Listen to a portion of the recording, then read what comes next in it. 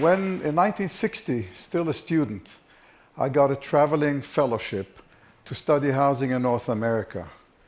We traveled the country. We saw public housing, high-rise buildings in all major cities, New York, Philadelphia. Those who had no choice lived there. And then we traveled from suburb to suburb. And I came back thinking, we got to reinvent the apartment building. There has to be another way of doing this. We can't sustain suburbs. So let's design a building which gives the qualities of a house to each unit. Habitat would be all about gardens, contact with nature, streets instead of corridors. We prefabricated it so we would achieve economy. And there it is, almost 50 years later. It's a very desirable place to live in. It's now a heritage building, but it did not proliferate. In 1973, I made my first trip to China. It was the Cultural Revolution. We traveled the country, met with architects and planners. This is Beijing then. Not a single high-rise building in Beijing or Shanghai. Shenzhen didn't even exist as a city. There were hardly any cars. 30 years later, this is Beijing today. This is Hong Kong. If you're wealthy, you live there. If you're poor, you live there. But high density it is. And it's not just Asia. Sao Paulo, you can travel in a helicopter 45 minutes, seeing those high-rise buildings consume the 19th century low-rise environment. And with it comes congestion, and we lose mobility, and so on and so forth. So a few years ago, we decided to go back and rethink habitat. Could we make it more affordable? Could we actually achieve this quality of life in the densities that are prevailing today?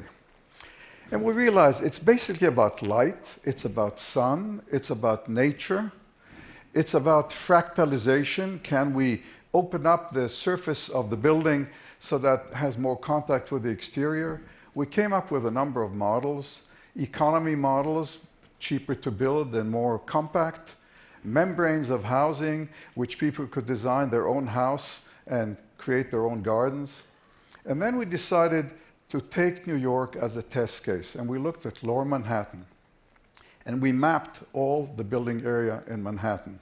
On the left is Manhattan today, blue for housing, red for office buildings, retail. On the right, we reconfigured it. The office buildings form the base, and then rising 75 stories above are apartments. There's a street in the air on the 25th level, Community Street. It's permeable. There are gardens and open spaces for the community, almost every unit with its own private garden, and community space all around. And most important, permeable, open. It does not form a wall or an obstruction in the city, and light permeates everywhere. And in the last 2-3 years, we've actually been, for the first time, realizing the quality of life of habitat in real-life projects across Asia. This is Qingguandao in China, middle-income housing, where there is a bylaw that every apartment must receive 3 hours of sunlight.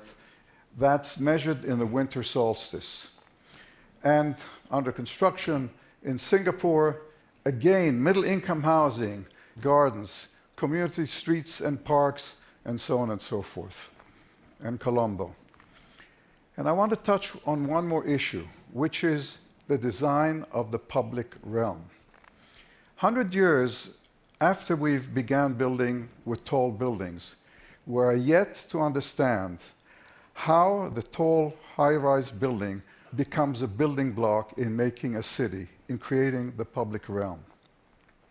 In Singapore, we had an opportunity, 10 million square feet, extremely high density, taking the concept of outdoor and indoor, promenades and parks integrated with intense urban life.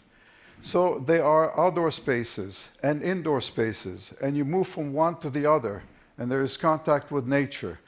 And most relevantly, at every level of the structure, public gardens and open space, on the roof of the podium, climbing up the towers, and finally on the roof, the Sky Park, 2.5 acres, jogging paths, restaurants, and the world's longest swimming pool. And that's all I can tell you in 5 minutes. Thank you.